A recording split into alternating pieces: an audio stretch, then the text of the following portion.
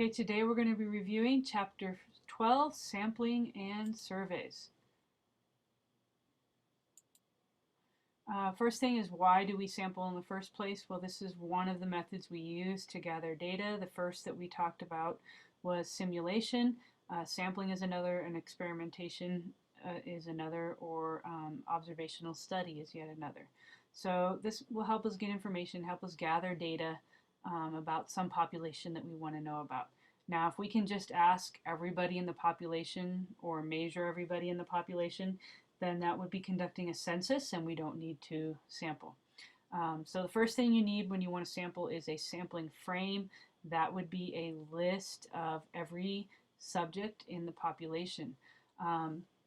Rarely is the sampling frame truly exactly the same as the population. For example, if you're trying to do the US adult population, I don't think there's any list out there that actually has every single adult in the United States.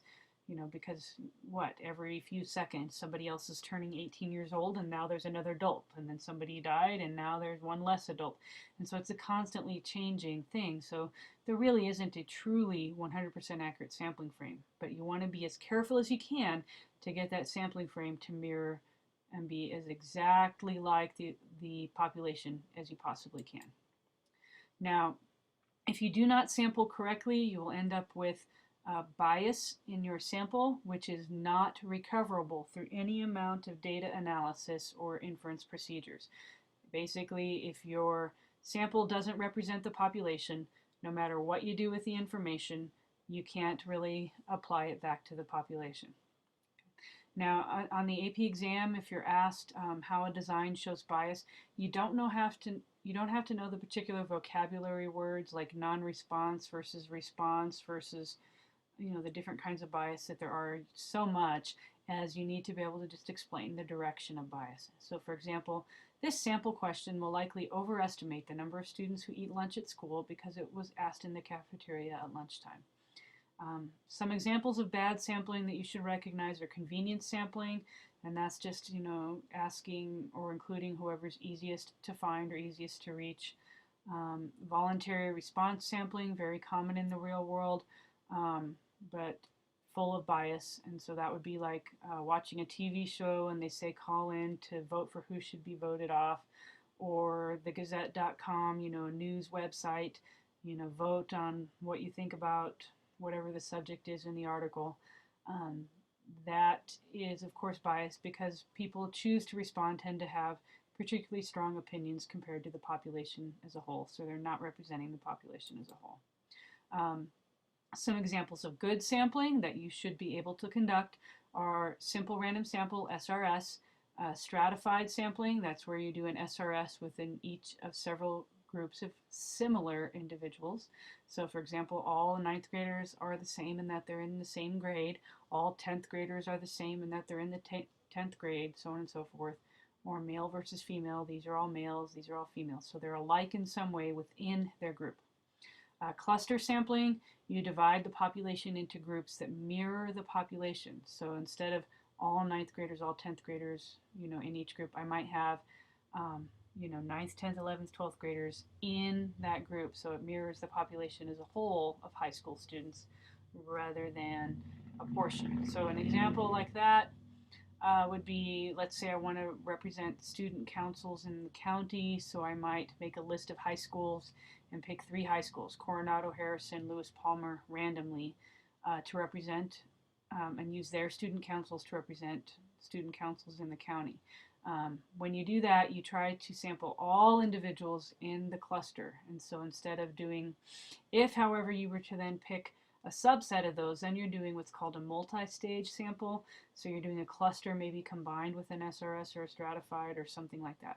A lot of real-world samples are multi-stage, but it's unlikely that you'll be asked to do that on the AP exam, but you should be able to do a cluster sample or a stratified or an SRS. Most likely SRS or stratified. Now SRS, a good thing about it, it's pretty simple to execute, and all individuals and all samples are equally likely. Now sometimes the fact that all samples are equally likely could be kind of bad, in the sense that, let's say you're trying to represent students at Coronado. If you do a sample of 100 students, or that's kind of big, maybe 30 students, it's possible, although not very likely, it is possible that you could end up with a sample of all ninth graders, or you could end up with one that was all males.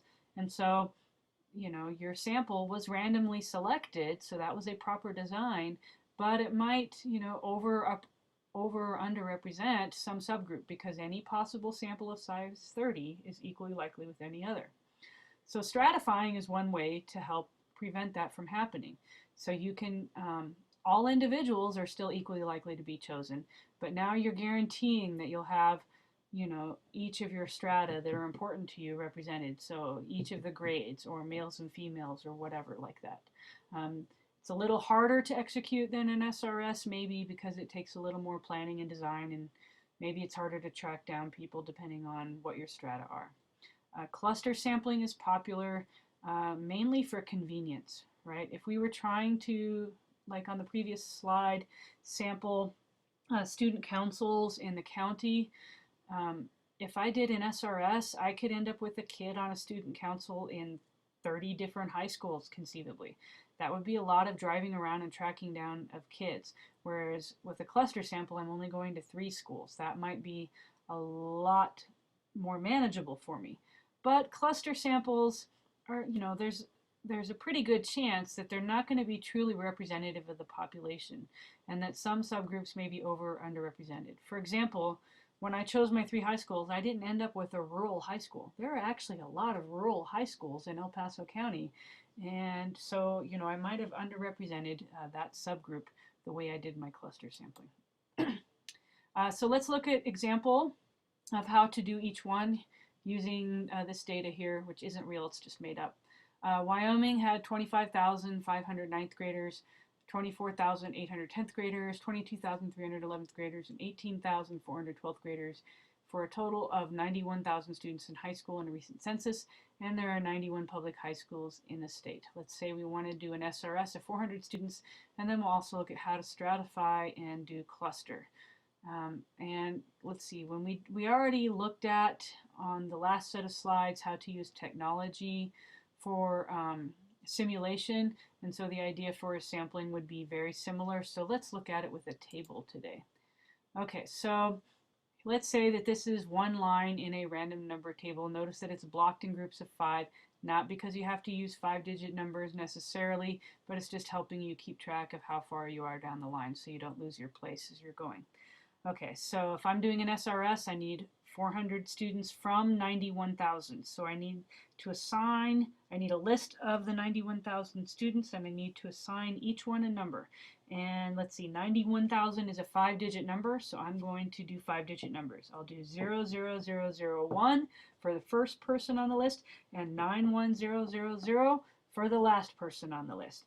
And I'm going to generate them one at a time, avoiding repeats, and throwing out any numbers that are over 91000 because they don't mean anyone.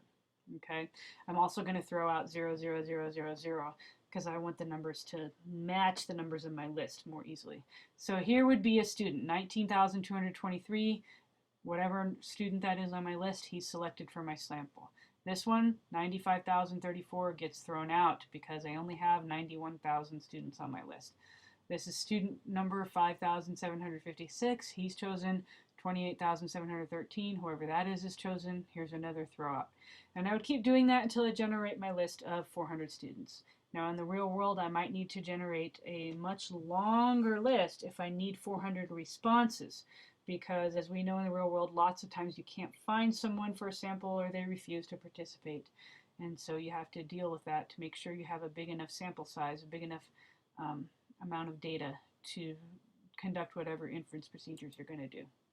Now if I want to stratify by grade, if I still want a sample of size 400, maybe I want 100 from 9th, 100 from 10th, 100 11th, 100 from 12th. So now, let's see, there were 25,500 ninth graders.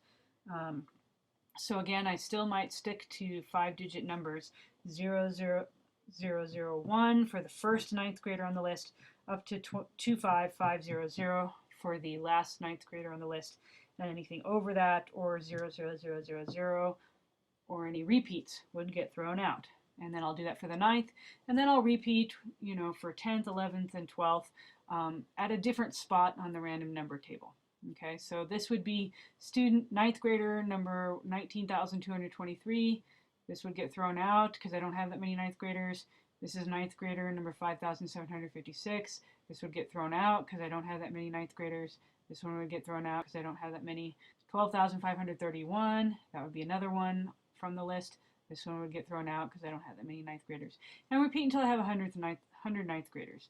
And then wherever I am on the random number table, I can just keep going and do 10th graders, of course with a new assignment to match the number of 10th graders, so on and so forth.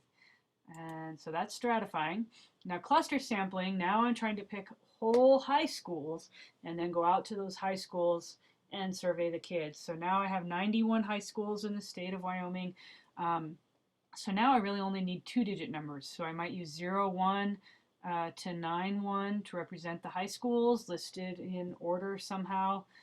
And so this would be high school number 19, high school number 22, high school 39, high school 50, high school 34, high school 5, high school 75, 62, 87, 13. Of course, this one, 96, would be thrown out. Oh, this one back here. Did I have a... No, that was 39. Yeah, so that one would be thrown out because we only had 91 high schools.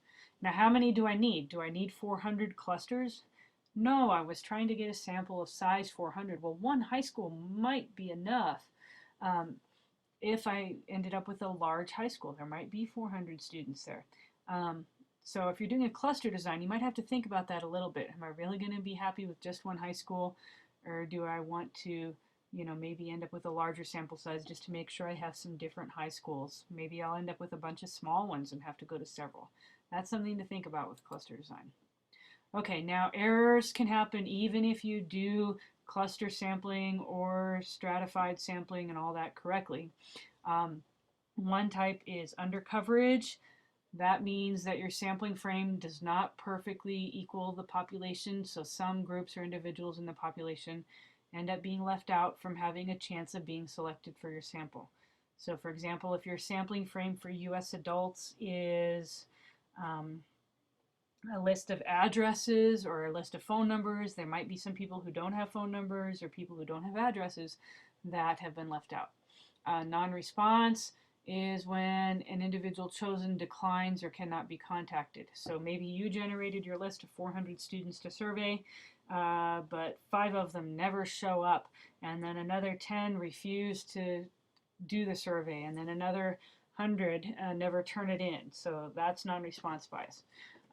Response bias is a systematic pattern of incorrect responses. So maybe you're doing an oral survey, you're asking out loud, and there's something about the way you're wording your questions or the way you're dressed or whatever that leads them to respond a certain way.